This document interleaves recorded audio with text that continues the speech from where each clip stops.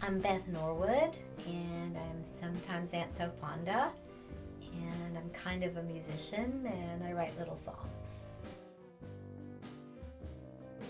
Came from a drag queen. It was originally Sofonda Peters, and we used to say the whole name, but then it became Aunt Sofonda, mainly because when I needed a drag name, I was in a burlesque show, and that's what I used it for. And I wanted to be everybody's good time aunt that sort of took care of everybody and, sort of got messed up in their business a little bit and just kind of no one really paid attention to it, but it was just this kind of crazy old aunt that everybody would kind of like, and that's how it sort of developed, and it went to Aunt Sofonda. Jim and Terry were my neighbors for a long time, but I kind of knew who they were a little bit before that. They're really great neighbors and really great friends, and it seems like they've always sort of been in my life for some weird reason. I don't really remember how we exactly met. A lot of things sort of go over my head, and I kind of get overwhelmed very easily. So people sort of morph into my life, and some of them become iconic. And Jim and Terry are kind of like your favorite aunt and uncle that you'd rather go over to their house instead of eat dinner with your parents. It's kind of like that. Don't tell my mom I said that. I love my mom. My mom is great. Don't worry about my mom. But that if there were going to be archetypes, that's who they would be. Your really cool aunt and uncle that you'd rather go over to their house for whatever. That's kind of how they are. I just sort of think of them like that. Wow, there was always music in my life. Mother played HMS Pinafore when we were very small, and we had a lot of classical music, and she played the piano. And then we studied piano when we were very young. I started piano lessons at 7, but we had church choir before that, and we were learning our intervals and learning to sing intervals. I was a ballet dancer for a long time as a child and in high school, all the way through high school. So we were learning to count and to dance to music, and I consider that a large part of my musical training.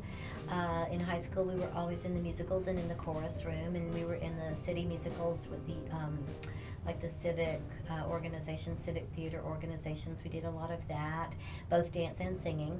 And I kept piano going all the way up through high school. It was my second year in college, and I was a voice major in college, and so I graduated with a degree in music and French from the University of Alabama in 1988.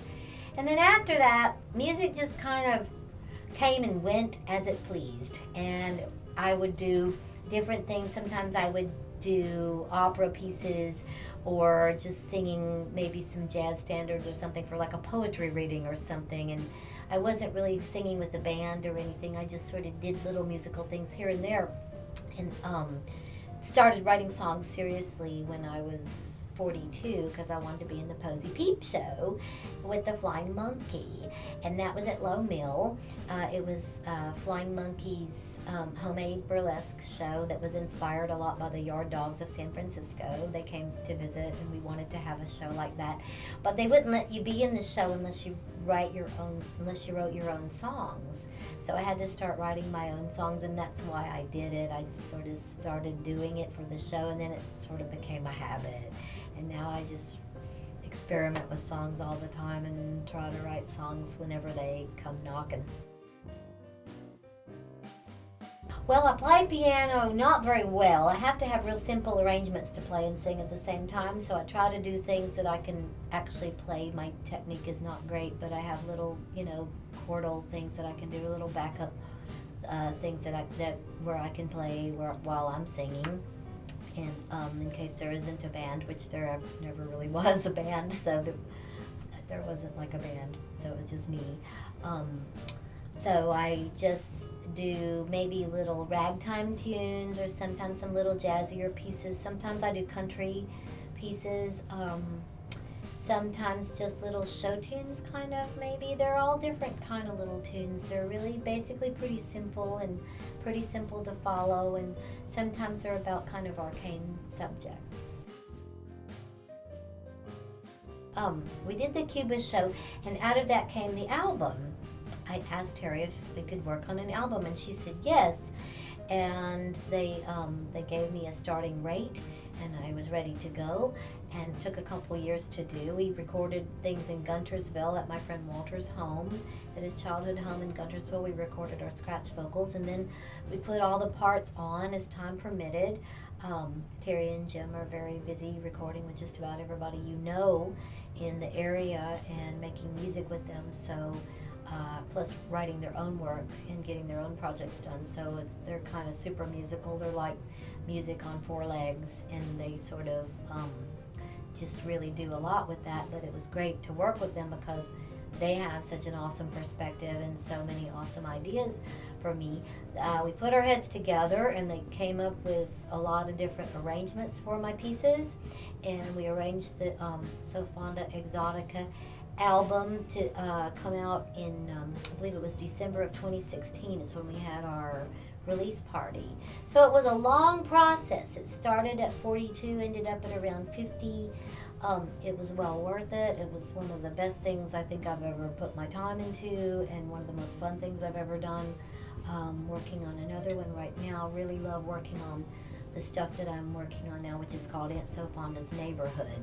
A little bit different album, not quite as Latin, but has different types of songs in it. There's some country pieces, there's some little jazzier pieces, there are some kind of ragtimey pop sort of things that could either come from, well, a lot of probably 1970s influence, which I think is what happened to me as a kid. Radio when I was 5 and 6 sort of stuck in my head, and a lot of those songs are still rattling around in there and influence everything I do, not just music.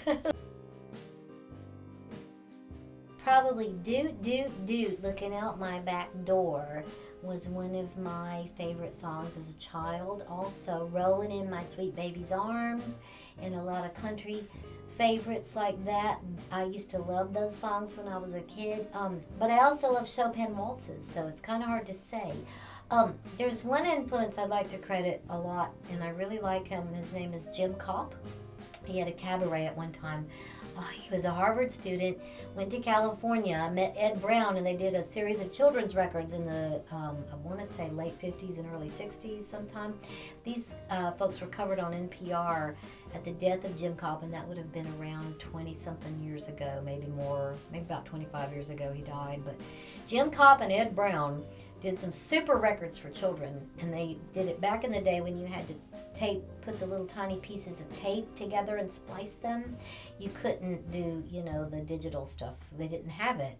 So they did all the voices of all the characters on all these little children's records, and he wrote the music, but he used to play, I think, at the Village Vanguard or somewhere like that.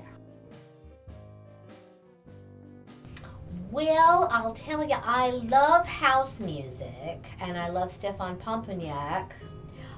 The Hotel Cost series is one of my favorite things. I don't write house music, but I love it. It makes me feel very relaxed. I love Juliana Barwick. Would love to do things like what she's doing. She's all that beautiful echo and all of these layers and things. I think it's really gorgeous. Well, not really. It was trying to be Cuban. We were trying to write Cuban, what we thought was Cuban music, and we have, that's what I was trying to do. I couldn't really do it, but it was like trying to show how much I love that music, basically, is what I was really trying to do. And trying to write, little show tunes or little sort of pop tunes in kind of a Latin style is kind of what it is. They're a little more cabaret than anything else. It's more like cabaret music, really. Just sort of little funny novelty songs is really what they are. Well, it can be anything. I have a strange little set for this new album, the Sofonda's Neighborhood album. I was picking up cigarette butts on the street when I was walking my dog and kind of complaining about it, and the song came out of that. And then there was a song about Terry and Jim had to hide the music so the dog wouldn't eat it, so the song The Dog Ate My Music is about that, and that was inspired by their dog Ella, sort of indirectly. And then there are some people in the neighborhood. There's a guy named Frank Scaduto who is an actual person. He's really awesome. And he has also the jazziest name in the world, Frank Scaduto. It's a really jazzy name. He allowed me to use his name for a piece, and he approved the lyrics and everything. And I would also see him walking his dogs in my mom's neighborhood, so it was next to my neighborhood, so he was kind of my neighbor. And so it was like a neighborhood thing. But yeah, stealing is great, and if you can do it right, you usually get a pretty good combination, or borrowing, I guess, or maybe it's just referring to things. I'm not sure if it's really stealing anymore. That sounds a little harsh. But yeah, there are always so many influences. It's impossible to get away from them, and they will take over. Once you get a hook, I think you just go with it until the song is done. I might scratch out a melody at the time. Sometimes I go back and rearrange and put one melody with another song, depending on, or use something like a fragment that I had from years earlier that didn't really go anywhere. Maybe it's perfect now. I never throw anything away, so.